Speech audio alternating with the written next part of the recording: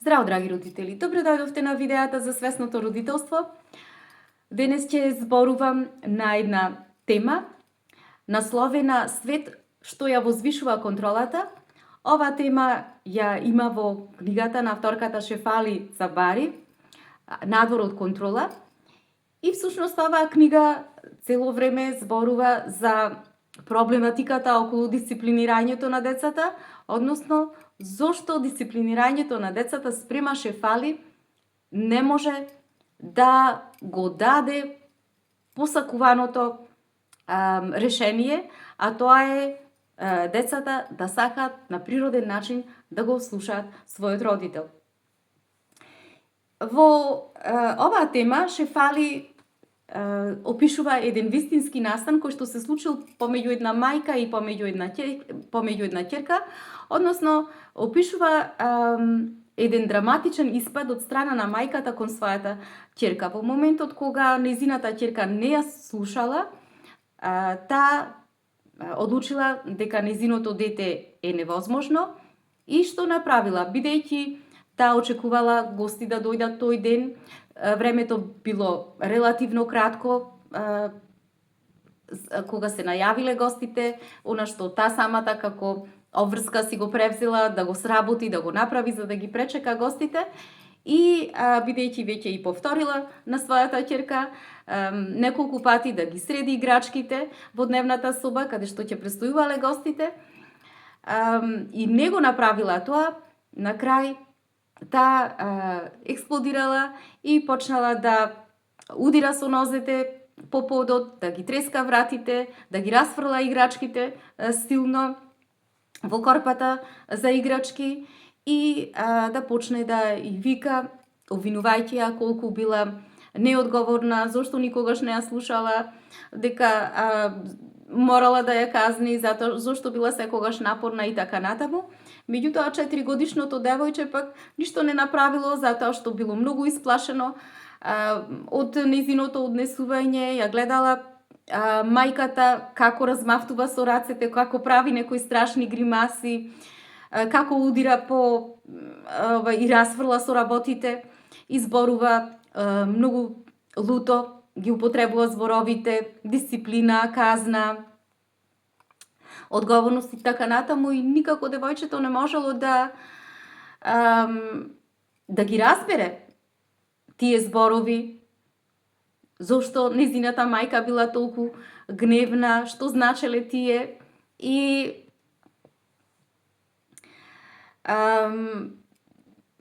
уште повеќе што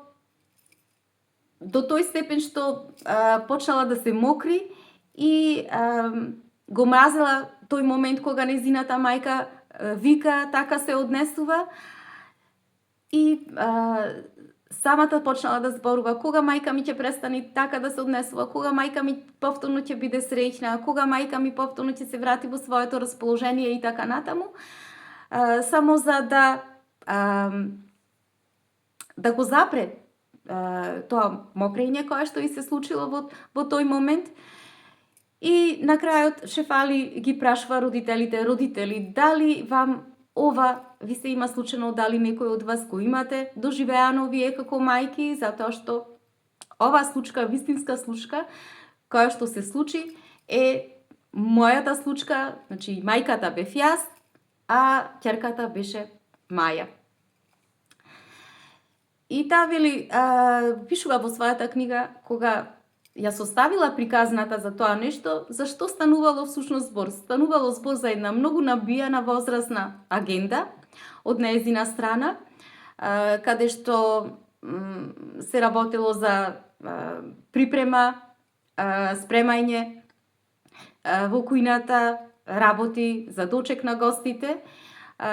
и средување на собата, на дневната соба од една страна и потребата за контрола од друга страна и спомешана со една друга агенда, таа е детската агенда,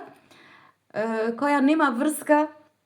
со родителската агенда, со агендата на возрастните, затоа што таа е една безгрижна агенда. Детската агенда е агенда која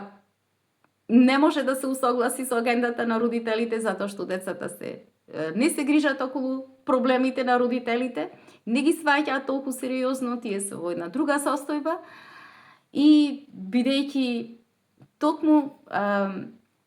не го сватила тоа сериозно незиното дете, тоа било доволен тригер за мајката, за Шефали, фактички да експлодира и едноставно да се однесува на начин на кој што се однесувала и да го истори сиот свој гнев кон незиното дете. Меѓутоа, подоцна, кога се освестувала Шефали што направила, колку и самата себе си да се оправдува дека сето тоа го направила заради тоа што првично што си кажувала дека таа е главната која што треба да ја дисциплинира својата ќерка, дека таа е улогата на родителот, дека дури и должности било тоа да го направи спрема своето дете, но подоцна кога почнала да се враќа назад во својата свесност, сватила дека сето тоа што го направила, сиот тој гнев кој што го изфрлила врз своето дете, многу малку имало врска со однесувањето на нејзиното дете, а многу повеќе со нејзината потреба за контрола. И одново тоа се повторувало секогаш кога нејзините очекувања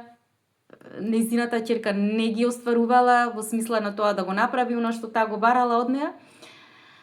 И така да таа сметала дека кога нејзиното дете не го правило тоа, таа всушност не била послушна, излегувала од контрола, а во истиот момент што се случувало? И мајката уште повеќе ја губела контролата. И самата и на собственото тело чувствувала како градите и се стегаат, грлото и се стега, вилицата и се стега. Значи, сета станувала во еден момент како во состојба на замрзнатост и во секундата после тоа таа од една мила мајка се претворала во една, како што таа самата се опишува во книгата, во еден многу бесен, возрасен тиранин. Но никогаш претходно, пред да стане родител, не помислила во својот живот дека некогаш ќе биде таква, дека ќе може толкав гнев да истори врз своето дете, дека ќе има такви напади, бесни напади, за во следната минута да свати колку многу всушност се гади од самата себе си за начинот на кој што и предизвикувала болка на својата ќерка. И била целосна во една состојба да се чуди едноставно на збунетост од сопствениот гнев. Меѓутоа, како што опишува Шефали понатаму, кога во животот станала терапевт и работела со родителите, забележала дека истиот проблем го имале и голем број на родители, значи огромен број на родители исто така имале тенденција да навлекуваат контрола во односот со своето дете и ако нешто требало да се очекува од детето, а не се направило, забележувала дека родителите всушност ја губеле својата контрола, се изместувале од својата стабилна точка, односно го губеле својот внатрешен баланс. И секако дека после тоа, откако ќе се свестеле, се каеле за тоа што го направиле, за гневот кој што го упатувале спрема своето дете, за игрите кои што ги играле, за надмоќ врз детето и за вината која што им ја нанесувале, им ја внесувале, им ја давале на децата, но сепак вели тоа одново и одново се повторувало, иако после тоа кога работела со родителите се случувало многу пати. Зошто? Затоа што самите родители не можеле да не знаеле за други начини како да ги поттикнат своите деца да действуваат во насока да ги слушаат своите родители. И како го објаснувале тоа родителите кога ќе влезеле во една состојба да го истурат својот гнев врз своите деца, некои ќе кажале дека едноставно како нивните емоции да биле зафатени наеднаш во еден блендер кој што бил пуштен на најсилна брзина и едноставно со тоа тие не биле ни свесни што правеле, што зборувале, како гневот кон кого гневот го насочувале и така натаму, или пак како што кажувала Шефали за себе, во таквите моменти кога немала контрола врз своите собствени чувства, врз своите собствени емоции, едноставно таа најнаш се нашла како да била влезена во една временска машина назад за милисекунда во своето собствено детство и најнаш пред себе се гледала себе си како тропа со нозете по подот, како се нервира, бара внимание од својата мајка, затоа што таа била единственото дете, девојче во семејството, имала 9 браќа, сите тие биле поголеми од неа и се разбира во таа култура пред 50 години многу повеќе им се обрнувало внимание на машките деца отколку на женските деца и токму поради тоа таа фрлала често пати тантруми кон својата мајка. Но исто така и се сеќавала во моментите кога исто така кога доаѓале гости кај нив дома, мајка ја влегувала во една голема паника и барала, исто така влегувала во една потреба за контрола над нештата. И иако и било тешко тоа да го гледа, сепак таа, гледајќи го, сведочејќи го однесувањето на својата мајка, сватила дека таа го интернализирала емоциите кои што ги доживувала незината мајка. И овие емоции кои што биле скриени под површината долго време на човечното лице на Шефали, сега оживеале кога веќе станала родител, нарушувајќи ја незината собствена здраворазумност, нарушувајќи ја незината логичност, претворајќи ја во како што се нарекува таа во еден бесен тиран. И токму поради тоа таа вели дека образците на однесувањето кои што ние ги сведочиме, ги доживуваме во нашето детство, тие стануваат образци или шаблони на нашиот собствен начин на родителствување. Значи, начинот на кој што нашите родители нас не натерале да се чувствуваме на одреден начин, значи да чувствуваме одредени емоции, а кои не сме ги сработиле, останале нерешени, тие стануваат сега наше огледало низ кое што ние ги толкуваме однесувањата на нашите деца, низ кое што ние го толкуваме поведението на нашето дете. Со други зборови, значи голем дел од начинот на кој што нашите родители комуницирале со нас, ние всушност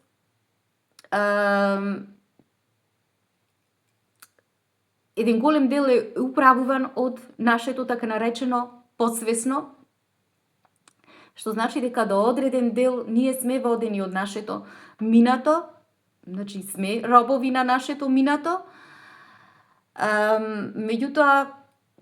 особено кога влегуваме во родителствувањето, нашите деца на еден многу интересен начин успеваат да го извадат, да го извадат тоа минато од нас, значи тие нерешени емоции, нерешени незрелости, затоа што се нерешени емоции, значи сме останале на тој план емоционално незрели и ги сфрламе исто така тие незрелости во односот со своите деца, особено настани случаи кои што многу длабоко на некој начин не одбележале во нашето детство. И се додека ние тие емоции кои што се јавиле во тие настани, во тие случаи, не ги isprocesirаме, не се соочиме со нив или пак на некој начин не ги решиме, тие на подсвесно ниво ќе не водат во нашиот живот. Значи, тие ќе бидат нашите главни водачи во односот со децата, кога ќе ни се појават такви слични, кога ќе ни испровоцираат децата со такви слични моменти кои што ќе ни предизвикаат такви емоции. И затоа таа вели Шефали дека навистина не е чудно што голем број на родители кои што доаѓале кај неа биле на возраст од 40 години па нагоре, 50 нагоре, 60 нагоре, односно таа сваќа дека станува збор за голем број на луѓе кои што во животот се уште не му биле решени тие емоции, се уште се чувствувале заробени во детството, неспособни да можат да избегаат од хаосот кој што бил предизвикан заради понижувањето, заради занемарувањето кое што му се случило на детето, заради бесот кој што настанал од страна на родителите и заради контролата која што најчесто родителите ја носат во родителствувањето со своите деца. И затоа Шефали уште еднаш овде спомнува дека образците на однесување кои ние ги доживуваме и кои ги сведочиме во детството, всушност представуваат наши образци во нашето собствено родителствување. Драги мои, тоа би било се за ова видео. Се гледаме повторно набрзо.